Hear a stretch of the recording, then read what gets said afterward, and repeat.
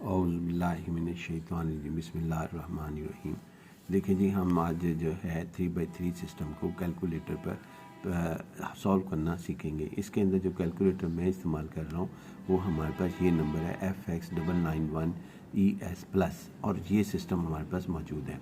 इसके अंदर XYZ की जगह लेबल X1 X2 X3 इस्तेमाल किए गए हैं।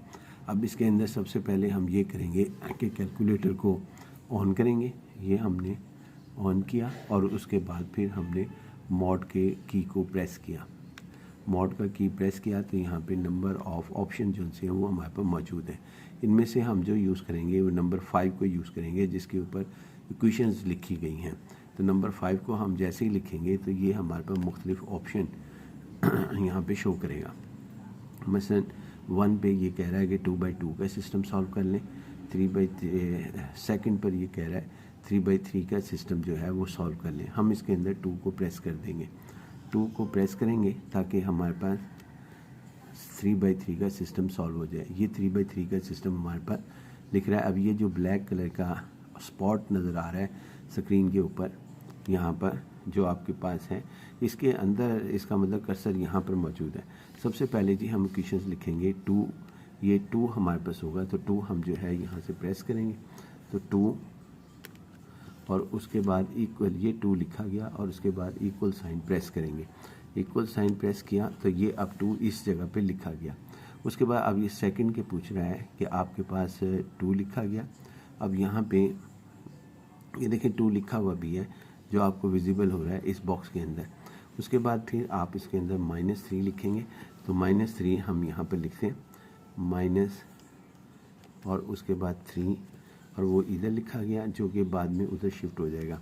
इक्वल साइन जो है वो प्रेस करते हैं, इक्वल साइन, तो इक्वल साइन प्रेस किया तो -3 उधर चला गया। उसके बाद फिर हम यहाँ पे +4 यानी +4 लिख रहे हैं x3 का कोफिशिएंट, तो +4 हम यहाँ पे लिखते हैं जी। इसके अंदर 4 की प्रेस करते हैं और साथ इक्वल साइन प्रेस करते हैं। तो ये देखें आपके पास ये बॉक्स के अंदर इधर लिखा जा रहा है लिखा जा रहा है ये यहाँ पर -3 4 लिखा गया। अब डी मीन्स कांस्टेंट, ये वाला कांस्टेंट हमने लिखना है। तो कांस्टेंट ये लिखने के लिए हम जो है -7 लिखेंगे जी, -7 इक्वल साइन, तो इक्वल साइन लिखा गया। तो अब ये पहली इक्वेशन जो है इसने लिख दी। अब वो नंबर 2 पे जो है वो स्पॉट आ गया, देखिए नंबर 2 के सामने। इसका मतलब वो कह रहा है सेकंड इक्वेशन लिखें जो कि -1 +2 और -3 हम लिखेंगे। तो यहाँ पे -1 और इक्वल साइन, उसके बाद +2 और -3, यहाँ पे 2 और फिर इक्वल साइन, फिर -3 इक्वल साइन और फिर कांस्टेंट, ये आपके पास 1, तो यहाँ पे 1 लिखा जाएगा। यानी डी मीन्स कांस्टेंट, ये 1 जो कि आपके पास ये लिखा गया। इक्वल साइन करेंगे तो ये डी के नीचे लिखा जाएगा। तो इक्वल साइन ये हमारे पास किया। उसके बाद ये अब सेकंड क्वेश्चन, पहली 2 लिख चुका है। अब ये नेक्स्ट लास्ट क्वेश्चन लिखेगा। इसके अंदर 3, याद रख लें 3 +3 है +1 है, यानी ए की वैल्यू, पहली जो है वैल्यू वो 3 है, दूसरी वैल्यू 1 है और तीसरी वैल्यू -2 है। तो यहाँ पे हम सबसे पहले 3 इक्वल साइन और उसके बाद +1 इक्वल साइन और उसके बाद -2 इक्वल साइन, उसके बाद फिर 8, ये आपके पास 8, ये हमारे पास इक्वल साइन लिख दिया। गौर करें तो ये हमारे पास इक्वल साइन प्रेस नहीं हुआ, इसलिए कर देते हैं इक्वल साइन प्रेस।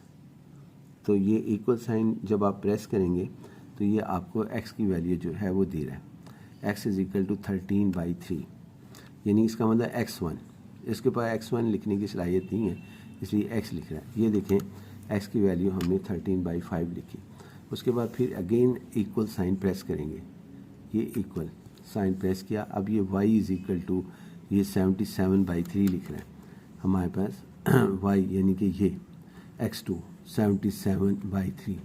उसके बाद इक्वल साइन फिर प्रेस करेंगे तो आपके पास अब ये z लिख रहा है, z = 46/3। यहाँ से हमारा 3/3 सिस्टम सॉल्व करने का तरीक़ेकार जो है वो सॉल्व हो गया।